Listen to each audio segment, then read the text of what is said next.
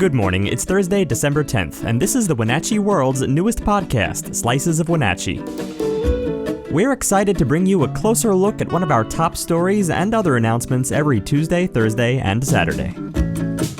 Today, we have the story of Santa and about 10 members of the Chelan County Regional SWAT team who surprised a young cancer patient with presents. Today's episode is brought to you by Equilus Group Incorporated. Equilus Group Incorporated is a registered investment advisory firm in the states of Washington, Oregon, and Idaho. Equilus Group Incorporated, building your financial success. Learn more at equilusfinancial.com, member SIPC and FINRA. And before we begin, do you want to share your home's holiday light display with the Valley? You can add your festive decorations to our interactive map by visiting wenatcheeworld.com/holidaylights. Now our feature story.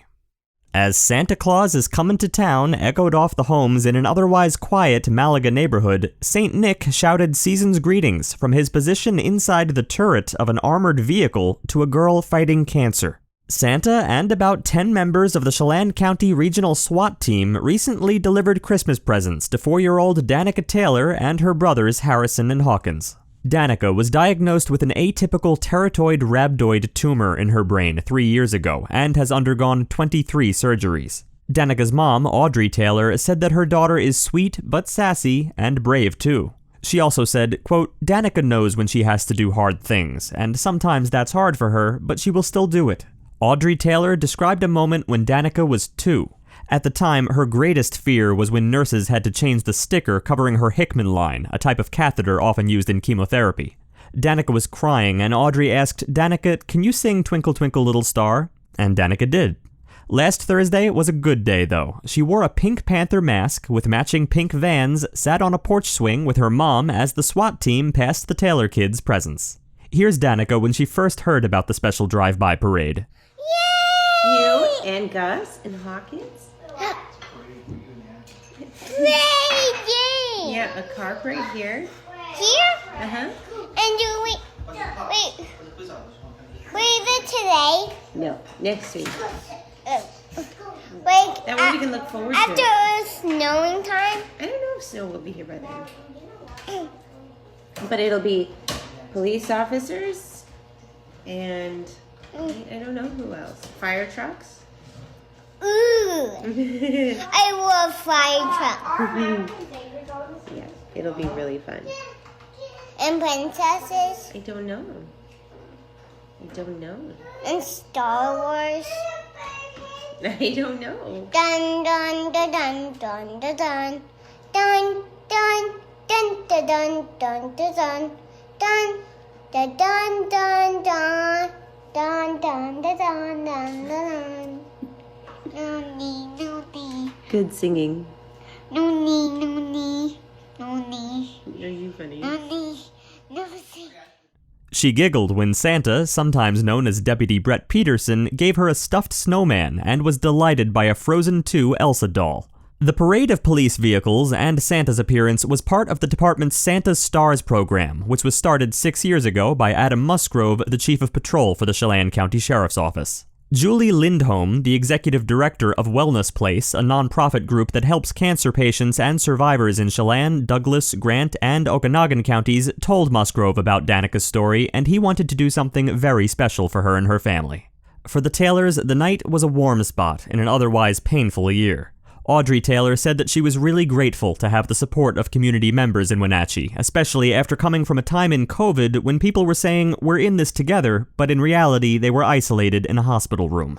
The family happened to be at Seattle Children's Hospital on February 29th to get Danica treatment when the state's first COVID death was reported in King County. This was initially believed to be the first death in the U.S. The hospital immediately initiated strict safeguards within its walls and permitted patients only one visitor at a time. Audrey Taylor described it, saying that the hospital's glass doors slammed shut behind them, and they didn't know why visitors weren't allowed in. They spent about the next 73 days at the hospital, a time period during which Danica had 11 surgeries. On top of medical complications, the stay was made even more difficult by the pandemic protocols. Only one parent was allowed at her bedside, and Danica wasn't able to see her brothers, so the family was separated for most of the stay. They don't take their time together for granted, and Danica's dad prays every night that they'll all be under one roof. Danica is headed back to Seattle for more treatment soon, and if you'd like to support the family, a GoFundMe is available. To find the link, visit our full story about Danica at WenatcheeWorld.com. Happy holidays, Wenatchee Valley. The season of giving is upon us once again, and the Wenatchee World would like you to enter to win one of our weekly holiday gift packages in our holiday season giveaway. Go online to WenatcheeWorld.com, scroll down until you see the red ribbons and pretty packages, and click to enter. No purchase necessary. Did you know that Wenatchee residents will finally have the opportunity to see local playwright Heidi Schreck's Broadway play, What the Constitution Means to Me? It's available now on Amazon Prime Video. The play is set in the Wenatchee American Legion Hall, and it earned 2 Tony Award nominations, Best Play and Best Actress in a Play nod for Schreck. The play questions the endurance of the nation's founding documents and whether they protect all Americans. It also touches on contemporary issues such as women's rights and immigration. Before finding her big break in New York, Schreck got her on-stage start at her mother's Wenatchee acting company, Short Shakespeareans, which adapts classic Shakespeare plays for kids. We encourage you to check out the play on Amazon Prime Video. Finally, some local history. Wenatchee Valley History is brought to you by Neighbor, your trusted neighborhood community. Neighbor is a free online forum you can trust to connect with your community, focus on facts, and make a difference. Join the conversation. Visit WenatcheeWorld.com/NABUR. In 1915, Bud Sagendorf was born in Wenatchee. He went on to become the writer and artist responsible for creating the Popeye comic strip from 1945 on.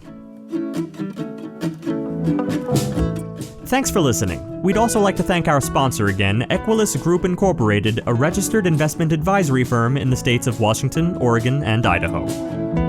The Wenatchee World has been engaging, informing, and inspiring North Central Washington communities since 1905.